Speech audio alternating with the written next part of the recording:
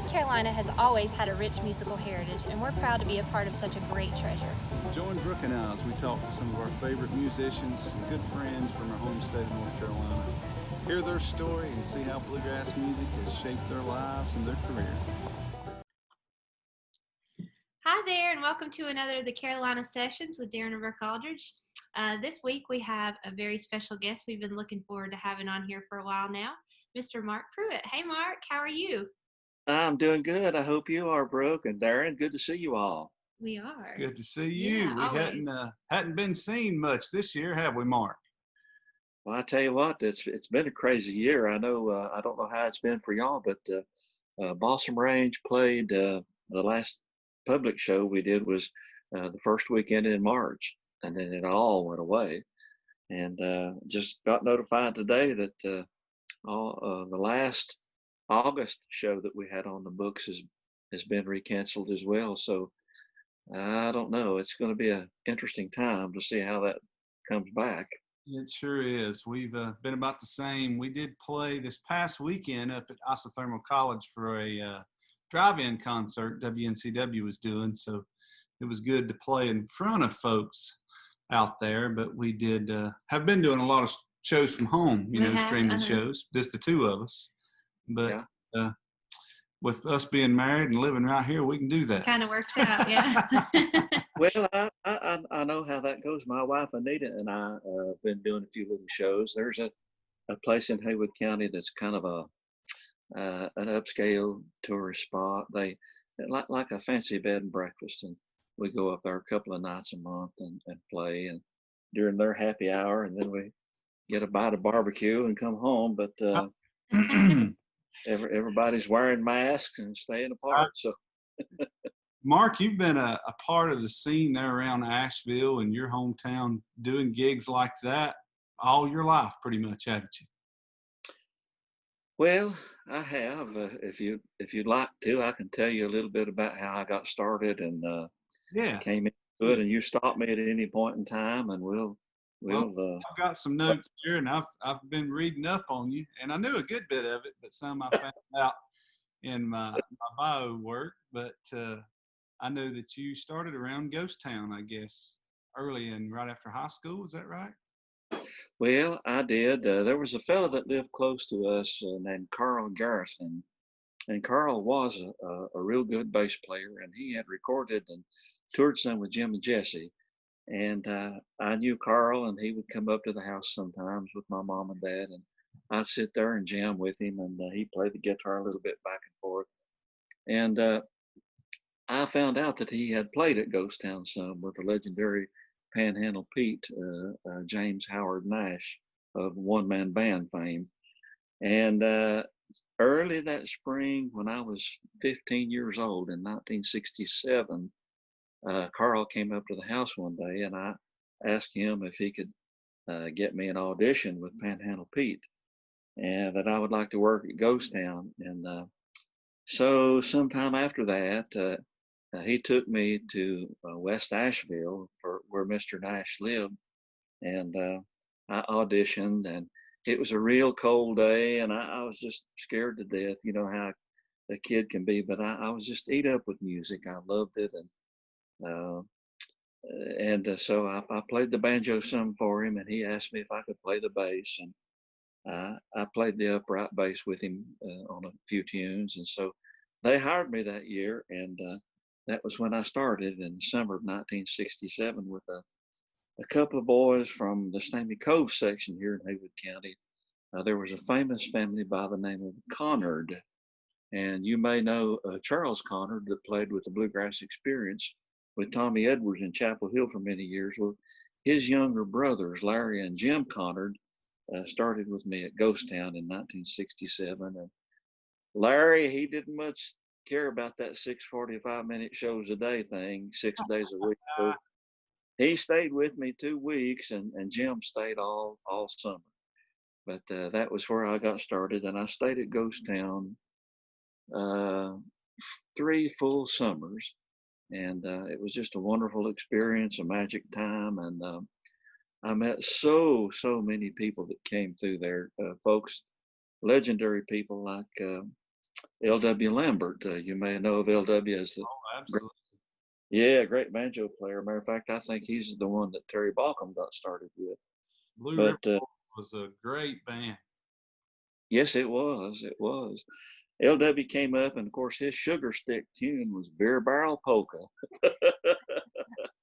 And I asked him, I said, L.W., can you teach me how to play that? He said, well, that's the one I went all them contests with. He said, if you just promise you won't play it against me at a contest, I'll teach it to you. Oh man. Those Go ahead. those were good times, great times. Yeah, at Ghost Town. Um, During all that, I was a kid that was just driven to network. When you're young and you've got energy, you pull into things. Every child, I was the first one to get there and the last one to leave at a lot of places. And I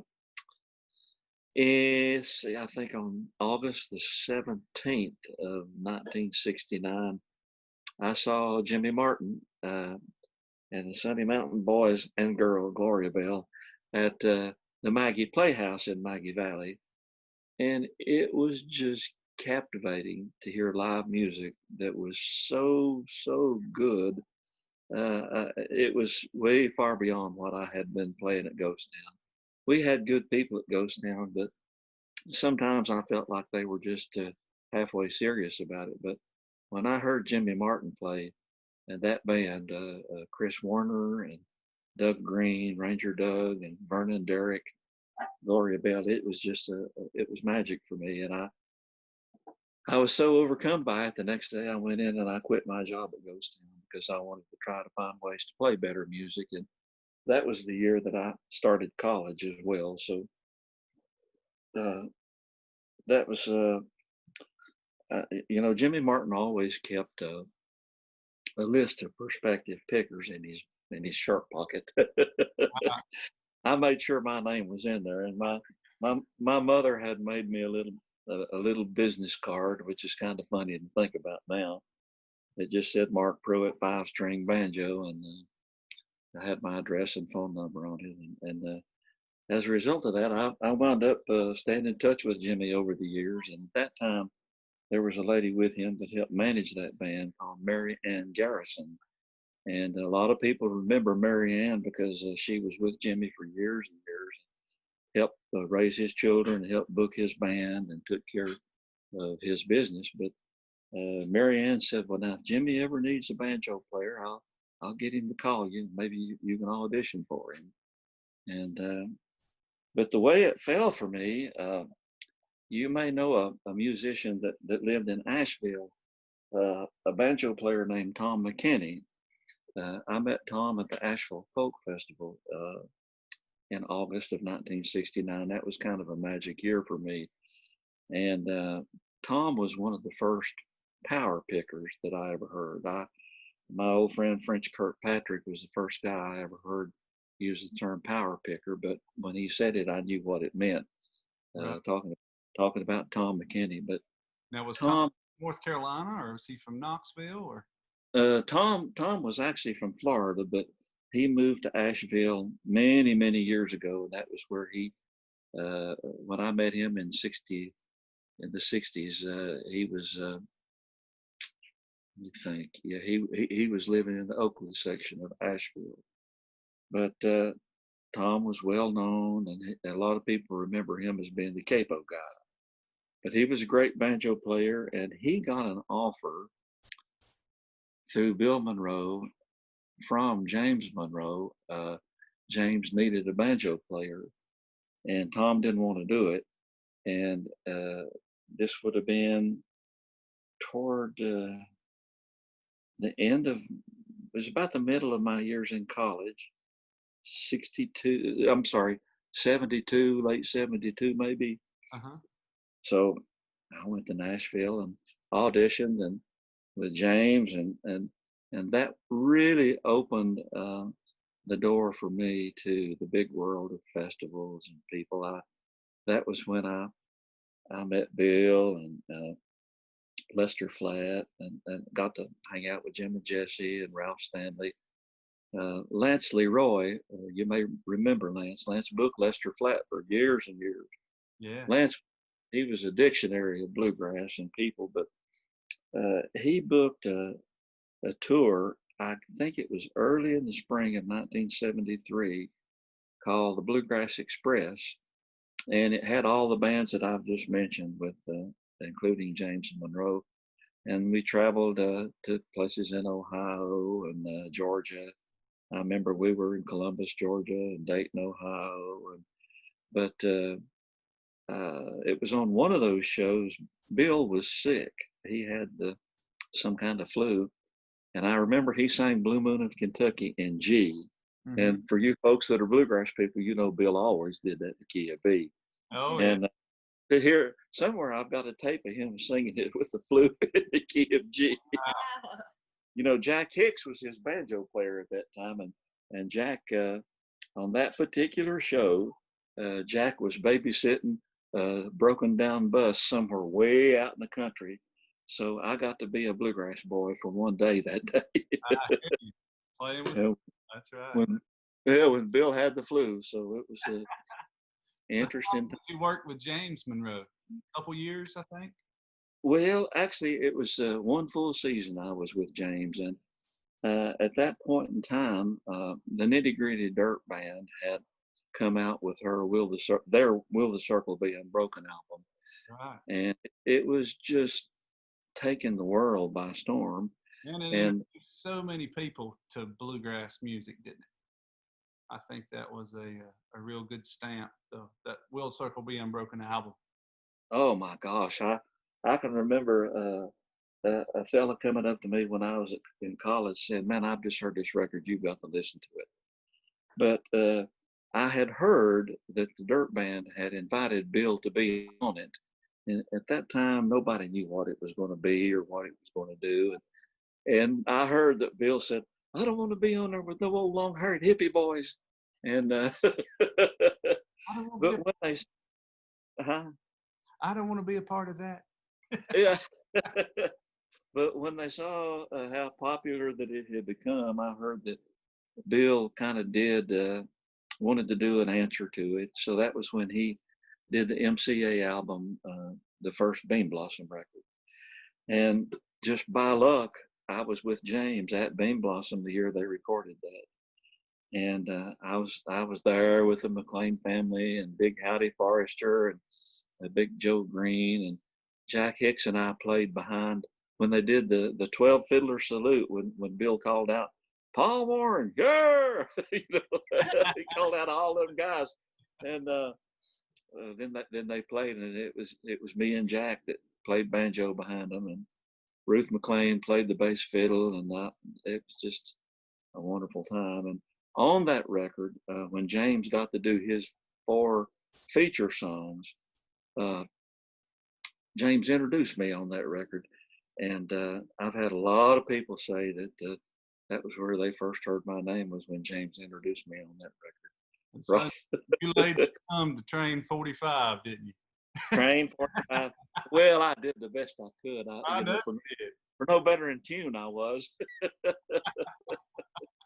You know, for folks that are in deep bluegrass fans, they would appreciate the people that were on that session. Was a great fiddle player named Hoot Hester, and that was when I met Hoot. Hoot played twin fiddles with the great Randall Collins, and Monroe Fields that used to be with Carl Sauceman. Monroe was a wonderful tenor singer and played the bass with James at that time, and Vernon Derrick, of all people. Vernon played the mandolin, and so that was when I really had some fun times traveling out. You know, I had a little American Rambler classic car, and I'd just jump in there by myself and take off and go and show up at these places. And I had it rigged up to where I could sleep in it. And I mean, you folks that travel bluegrass circuits and all, you know that a lot of times you just do what you can to stay where you can. And I mean, I went to a spot with Jimmy Martin one time in Ohio, and I had a buddy of mine go with me, and he slept on top of a pool table. Anywhere a man could bed down. That's right. Oh my gosh! I tell you what, yeah, that was fun times back in those days. You think about it, and I think back onto it, and I learned so much.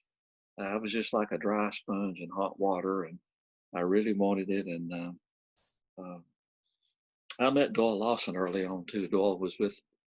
I think I met Doyle when he was with J.D. Crowe. I knew him then, and we jammed one time.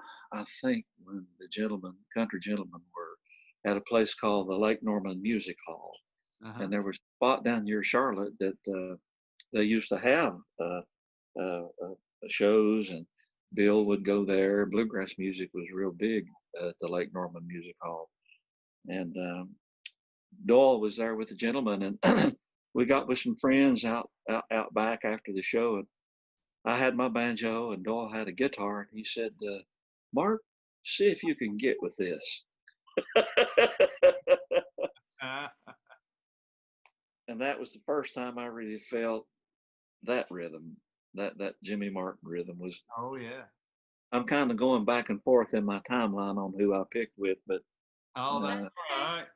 Now, you was know, you part of Jimmy's band, or you just filled in from time to time? I know you played the Grand Ole Opry for the first time with Jimmy, right? well, I did. That was at the DJ convention in '71 or '2. I can't remember. But I never really was a full time member with Jimmy. I kind of pinch hitted when Kenny Ingram would quit, or some of them they'd come and go. I was associated with shows with him off and on for a couple of years. Uh-huh. Uh, and I'll tell you a funny story if you want to hear a funny story about Jimmy Martin. My first weekend with him was at a place that place called the Country Palace in Columbus, Ohio, and they were famous for having the world's greatest hamburger. And there was a man named W.W. Holbrooks that owned the Country Palace. And when I got there with Jimmy, he thought I was Bill Emerson. And Jimmy said, "No, he's not Bill. He's pretty good. We're going to try him out tonight. I believe he'll do all right." And old Holbrook said, "Well, Jimmy, if he's with you, he's got to be good." So they didn't rehearse any songs. And Jimmy was, I guess, confident in what I could do.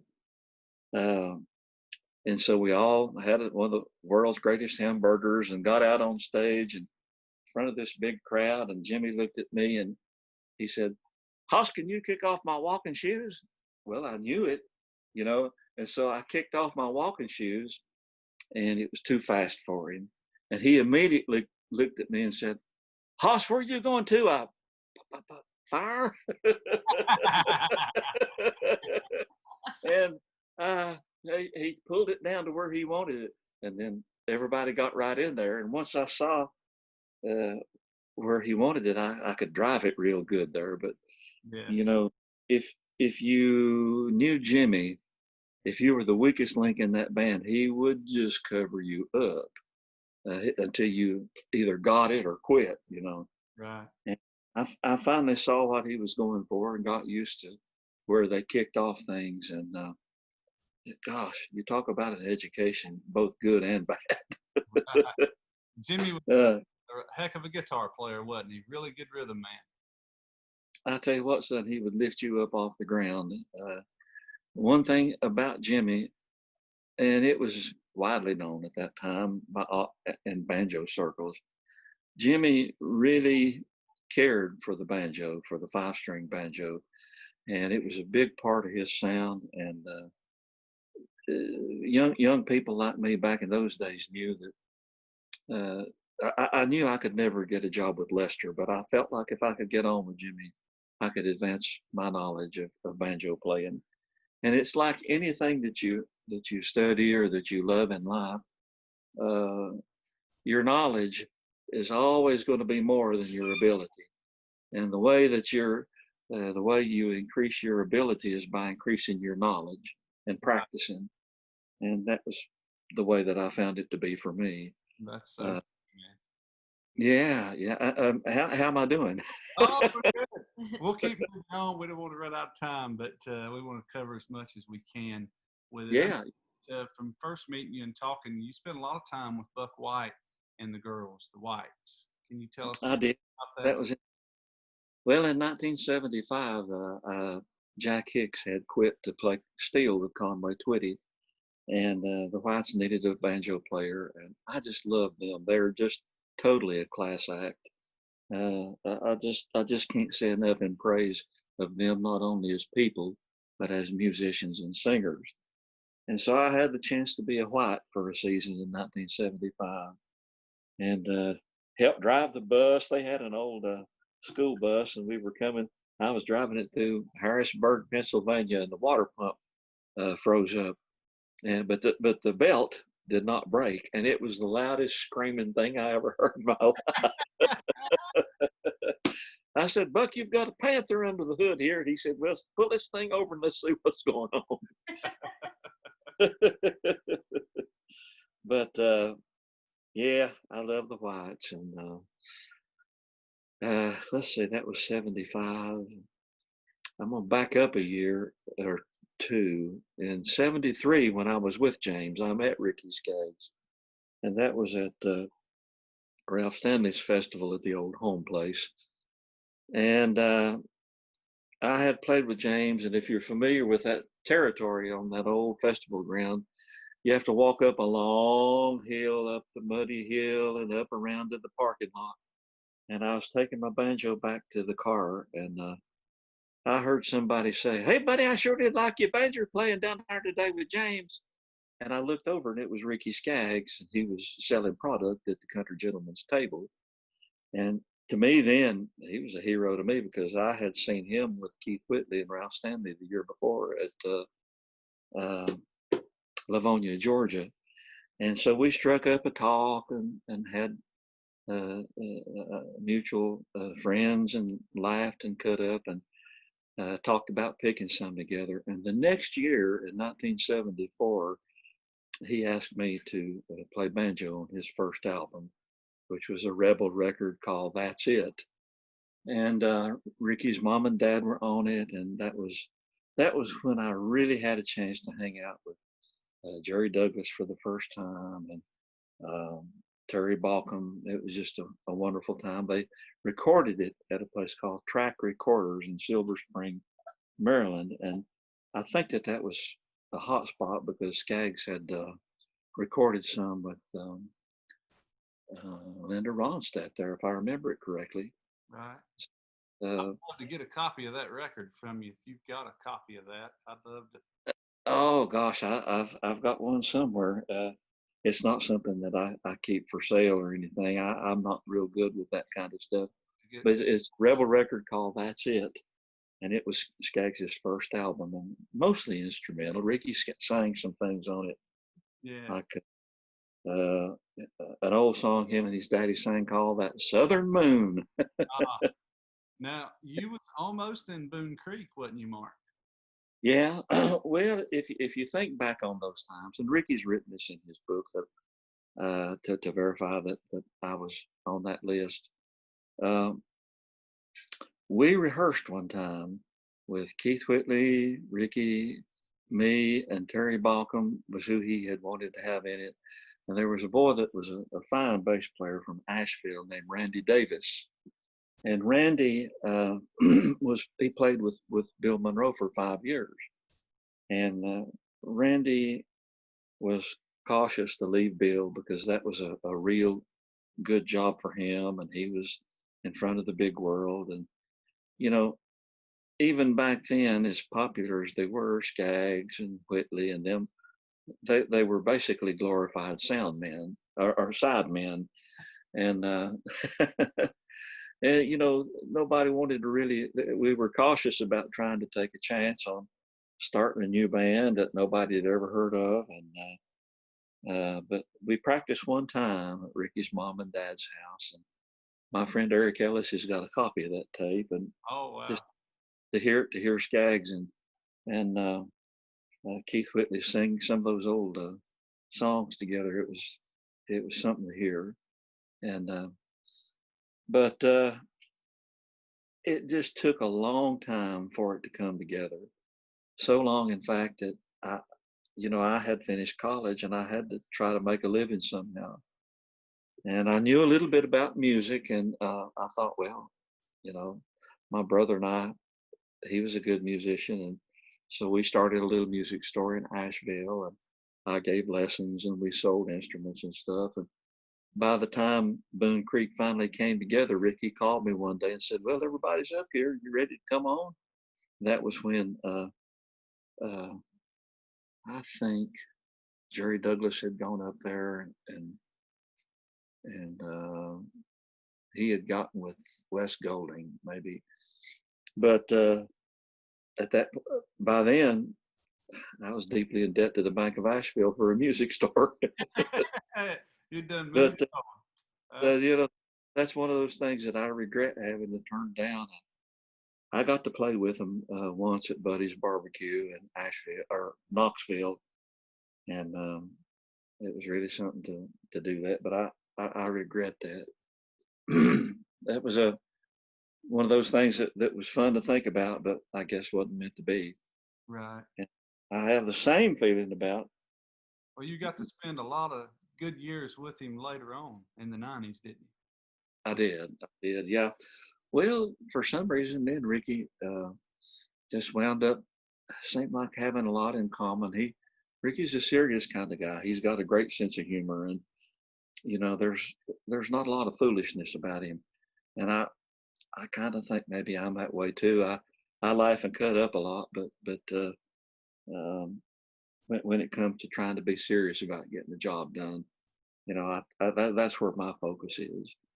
But we stayed in touch, and he had talked about doing an album at one point in time, a bluegrass album, when he still had his Epic contract. But when about the time that the Epic deal ended, I had started playing in his bluegrass band at that time, and it didn't even have a name at that point. Uh-huh. And I can remember seeing the last country band that country show that the Ricky Skaggs country band did, and then it was stepping into the bluegrass world, Right. and he took the name And Kentucky a lot about that. And I think y'all did a show in New York. Is that right? You and Mark and Brian Sutton, Mark Fain and Skaggs and Bobby. Was it just Yeah, 5 or 6 we of you? we played in New York. I remember I was riding in the old Highway 40 Blues bus. You remember Ricky had two buses at that point. One of them was like a brand new Silver Eagle, uh, and then he had the old brown bus, and I was on the old brown bus. Let me back up, and it was in Angelica, New York, late at night, and it had been Skaggs's birthday, and all kind of people brought birthday cakes, and that's all we had to eat for supper. Sometimes when you go to these places and you step off the bus, there's 14 things to do, and you don't have time to go hit the hot dog stand.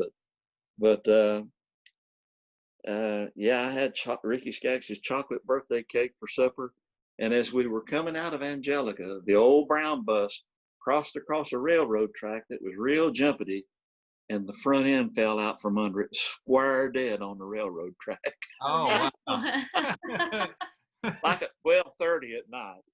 And so they had to call the railroad company and stop the trains until they could get somebody to come and haul the bus. But you folks know life on the road. It's like going to war. It can be a fun thing if you don't get shot. That's right.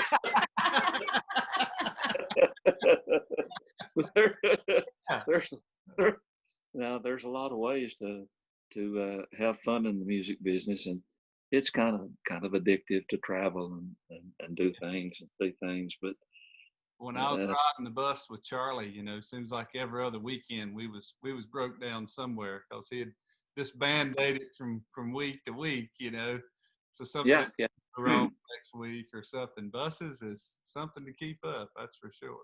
Oh my goodness gracious. Well, I've often said the first way to break up a band is to buy a bus. That's the best way to do it right there. Correct.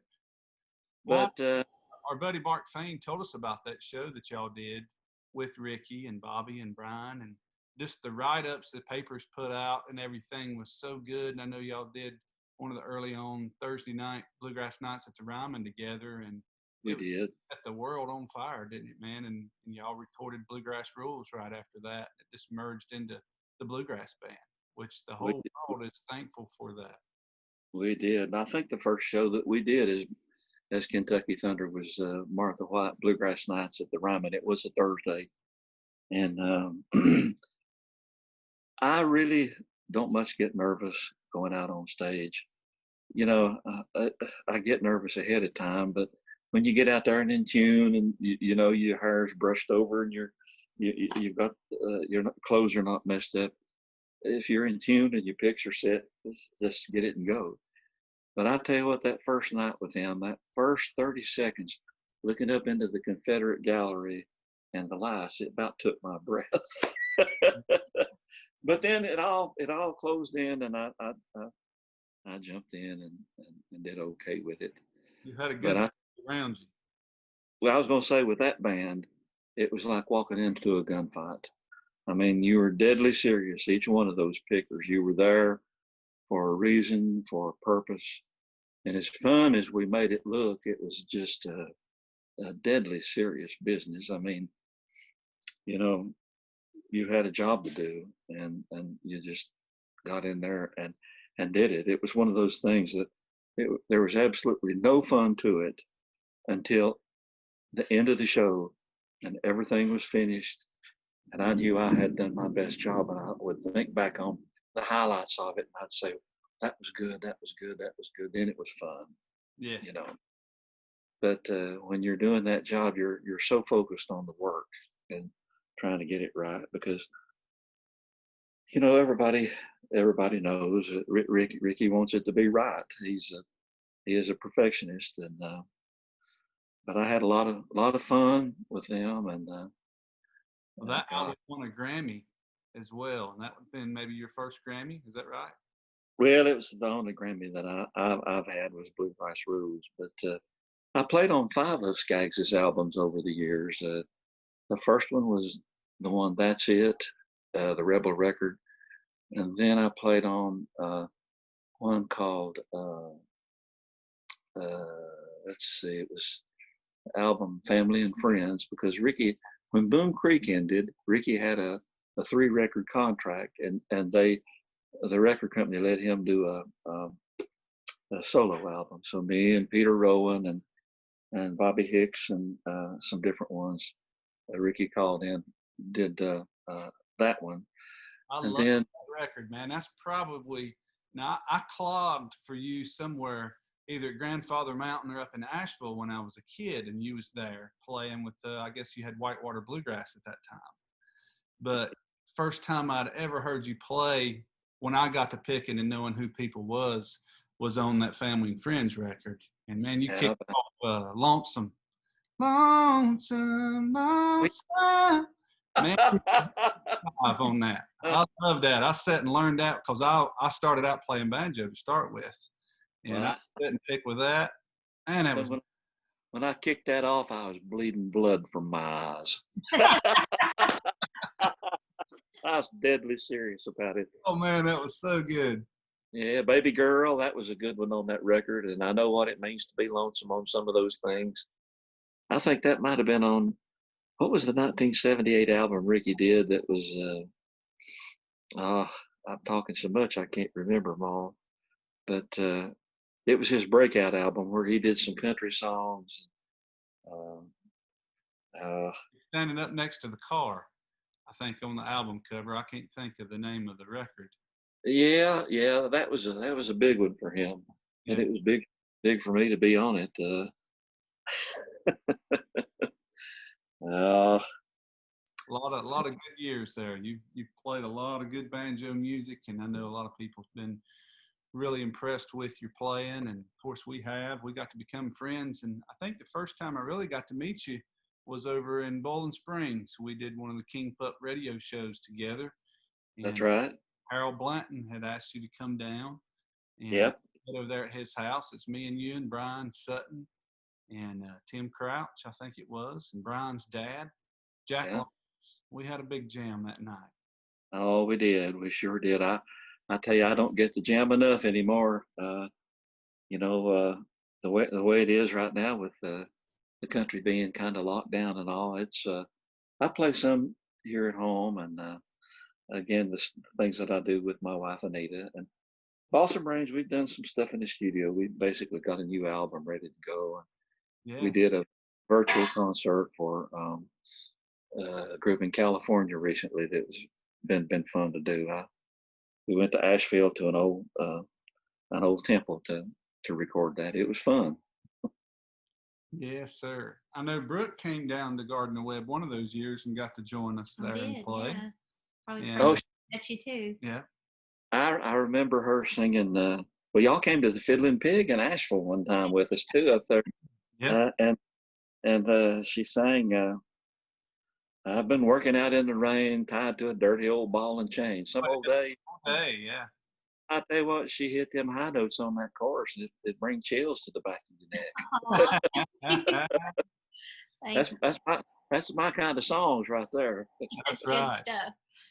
Well, speaking of clogging a while ago, you've did a lot of work with cloggers throughout your career. Can you tell us a little bit about that and about the music around Asheville and Haywood County, how that kind of coincided together? Well, sure. You know, when you're growing up, there are just certain places to play.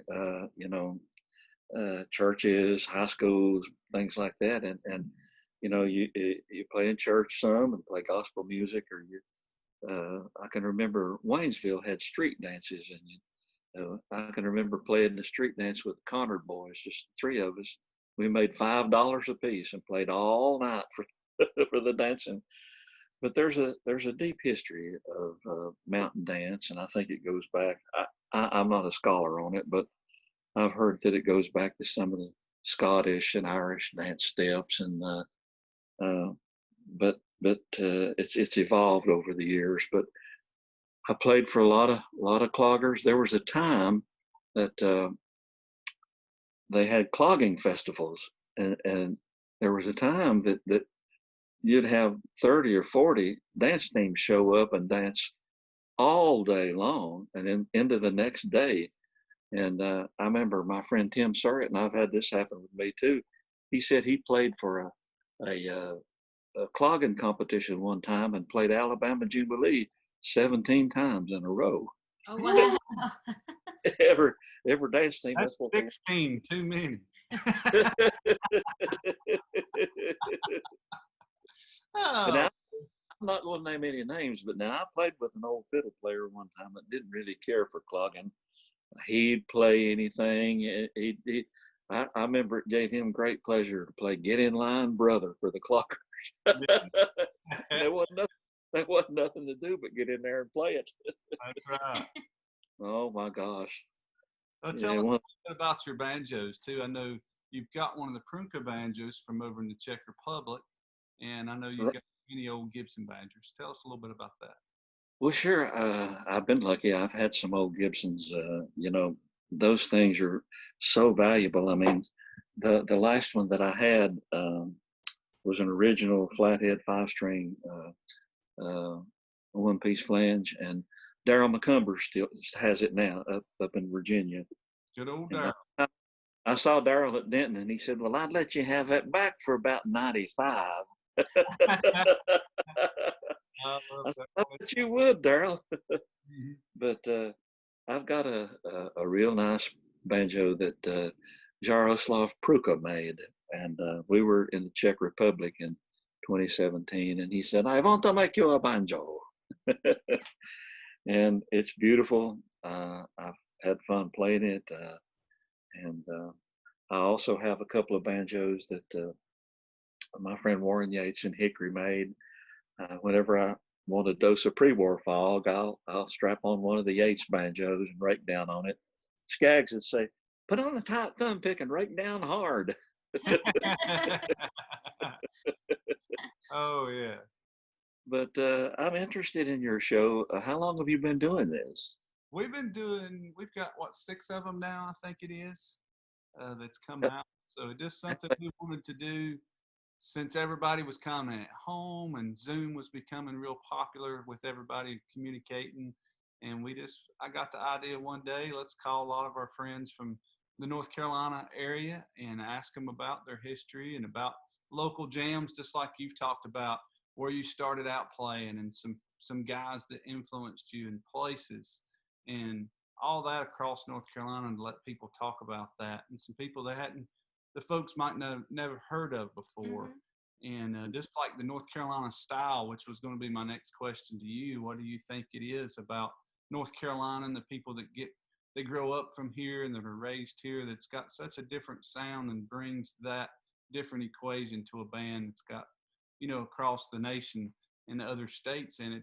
Seems like the ingredients of having somebody from North Carolina has always been a booster to the band, just like Earl was with Monroe's band. Well, I've heard that same thing many times, and all I can speak to is the experience that I've had with it. When I was first around Tom McKinney, and we mentioned power picking a little while ago, there was another guy named Edward Eager. Everybody called him Shorty. And Shorty was the first guy that I was ever around that played Jimmy Martin music. And when I heard him kick off Sophrony and You Don't Know My Mind, I said, I want that. And my friend Ralph Lewis, you might remember Ralph Lewis from Asheville, a great picker, great friend of bluegrass. Ralph, I've been to countless jams at his house, and he would say, well, you're not playing strong enough. You need to bring it in here better. You need to, punch it right there. And Ralph knew the architecture of the dynamics of songs, and he really helped me with that. And when you're around people like Ralph Lewis and Don Humphreys, and Tom McKinney, and all the great people, the people that I'm hearing myself. Am I doubling back to you? No, we got you. Okay. Yeah, I heard an echo. But anyway, when you hear people like that and you study them and you love what they do, it pulls you deeper. And gosh, Jimmy Martin, there's not enough words to say how well he knew bluegrass music, and me being a banjo player, how well he knew how it fit with the guitar. And I've told my kids that whatever you love, you'll go as far in it as you love it. Right. Yeah. I don't mean to be philosophical about it, but bluegrass music is what it's been to me. I put it this way, again, not to be philosophical, but I heard Leonardo da Vinci said that exposure to a discipline can lead to interest. Interest can lead to involvement.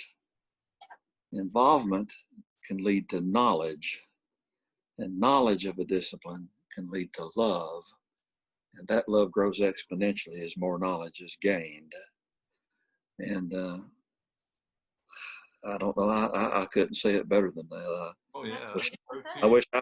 I wish I was smart enough to have made that up, but when you know those kind of rules and it's almost like a liquid power. You can control where you go with it.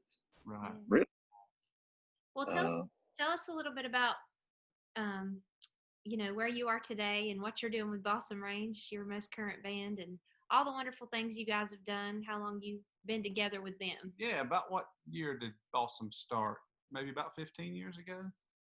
Well, we are in the 14th year. Balsam Range started as jam sessions in and around times that Buddy Melton did a solo album and Darren Nicholson did his first solo album.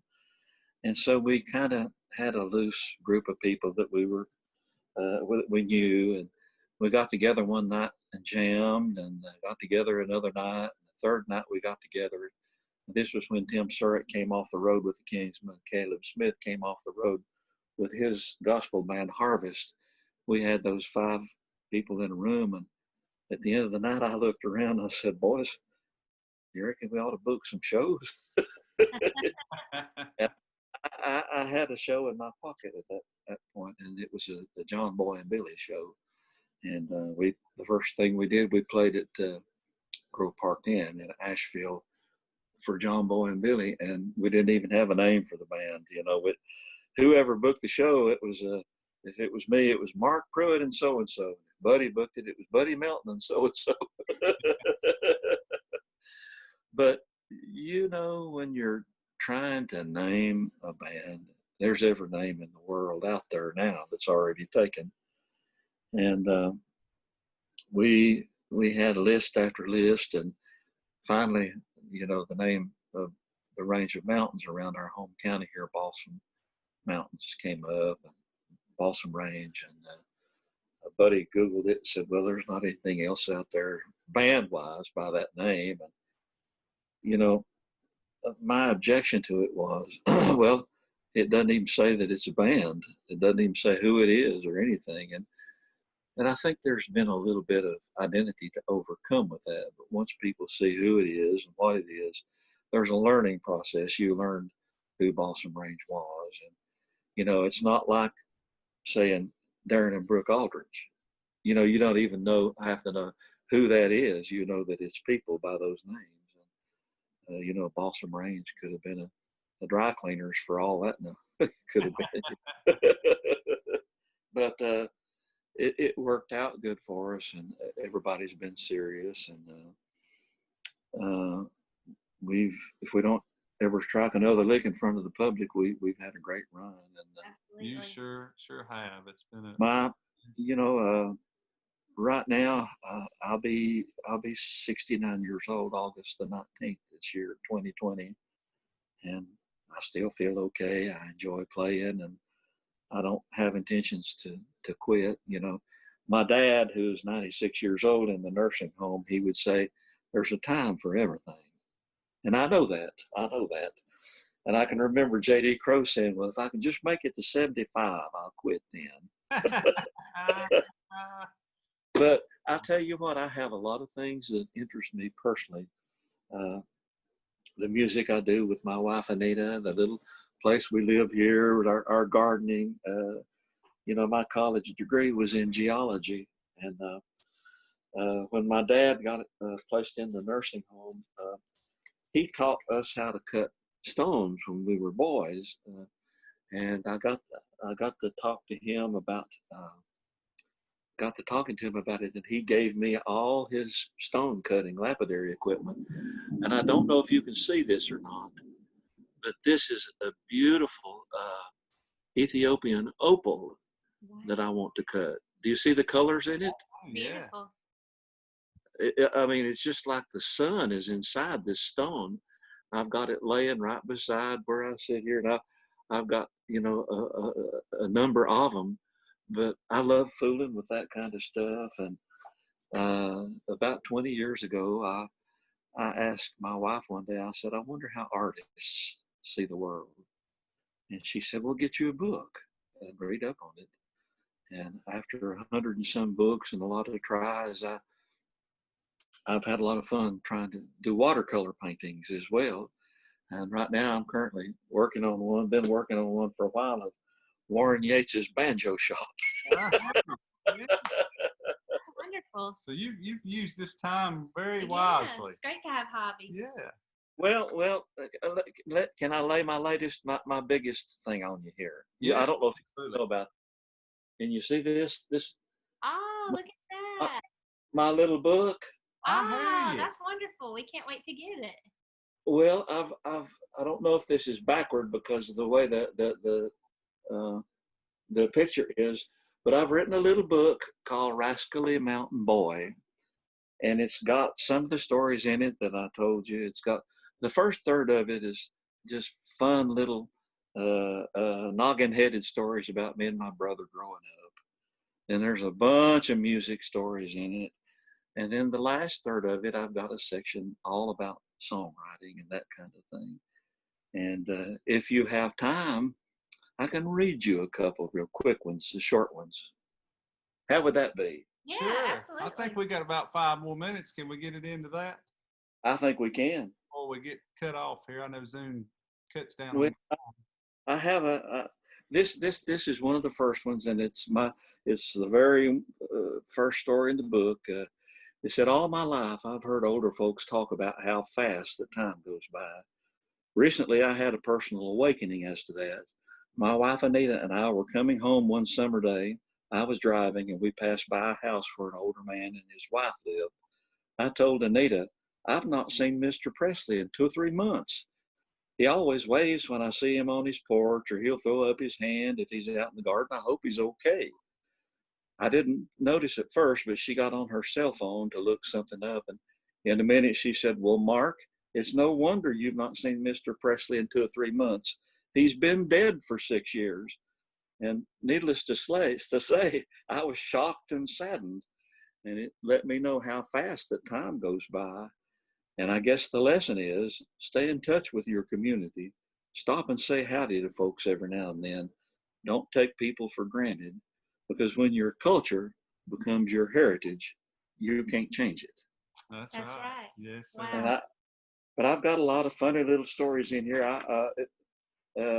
Stories. Out, Mark. There's about Jimmy Martin and stuff. There's one called I Was Treed Like a Possum, the Stuck-Up Neighbor's Cat. One called That Dog Looks Hot. And about one time, me and my brother played bicycle wreck when we laid in the ditch beside the public road one Sunday morning trying to stop. Yeah. Oh, I can't wait to man. read it. When it Really, will man, be out. boy, and it's 304 pages long, and I've had fun with it, and I'm still kicking. Well, you folks tune in. Look for Mark's book out there. We can't wait to get a copy of it know. ourselves. Mark, where do y'all call home there in Haywood County? Well, my wife and I live in a house we built 20 years ago, 4 miles south of Canton, way up on the side of a big mountain. We're at the end of the road, and it's where we raised our children. And it's a little community called Henson Cove. Henson? And there was a family named Henson settled here many years ago, and I knew a couple of the old timers when I was a kid. And I tell a story about traveling through Henson Cove when I was a boy one time in a section of my book called Hairbrained. And one of the stupid things we did, you'll have to read about it sometime. But can't wait. Well, well, she was raised on Henson's Creek. oh, really? Yeah, she sure was. How about that? Well, that's cool. Yeah. Well, are you guys writing any, picking any, singing much? During this time, we've been writing a lot of original material and been co-writing with some folks as well, and just using our time the best we can and as wisely as we can. Yeah. Well, I tell you what, it's a blessing to me to get to see both of you again, and I treasure your friendship and respect so much what you've done in your career, and you've advanced the music that I love in many good ways. Well, thank you so Mark. much. You've always been a supporter of what we've done. And a musical hero to us. I know we've played a lot of shows together, us. Well, I have a lot of people have said to me, what's the favorite show you've done?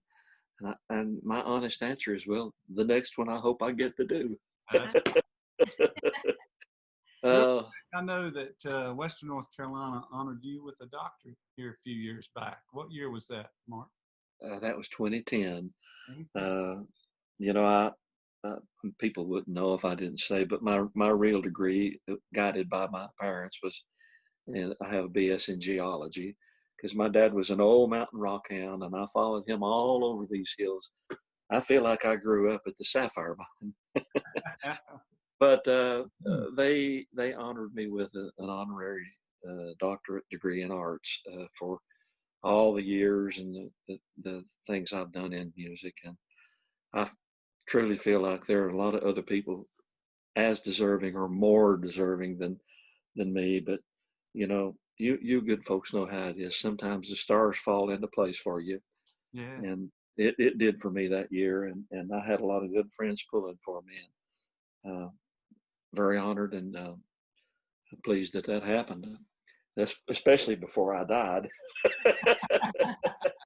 Uh, Well, Oh, we've enjoyed it today, Mark. We Thank you have. so much for coming on. And folks, check out Balsam Range, check out Mark's new book and all the past history he's been a part of with recordings, Yep. bluegrass festivals, and most of all, we thank him for being our friend over the last 15 to 18 years since I've got to know him. that's right. And that well, big smile that you always have, Yep. Mark. Oh, well, that's Balsam Range is, I'll say this. I said this to Mickey one time, and put out like us a lot of progressive style of music and different style of songs, some great singing songs. I said, but what makes that band is Mark's great role in banjo playing, no matter what. He agreed with well, me. Ain't that the I, truth? I appreciate that. Now, I'll say this about Balsam Range: they play a real spectrum of music, uh, and it stretched my thinking on a lot of stuff because y'all know my heart is in traditional bluegrass music, is what I grew up in, and Scruggs and Crow and Bill Emerson, those guys. But Balsam Range has pulled me into some new thinking. It's been fun. I've gotten compliments on stuff that I really didn't like to play at first that I grew to like, Yeah. and that's like Lester Flatt said. Well, we really didn't like Beverly Hillbillies until it sold 1 million that's right. records. That's But right. you do what you can, and Balsam Range does a good dose of traditional stuff where I can play the things I grew up on, and the rest of it I try to complement it and make what I do fit with how they sound. Well, you sure do that. You always Absolutely. compliment anything you're a part of. We appreciate you being with us here today on the Carolina Sessions, and thank you again, Mark.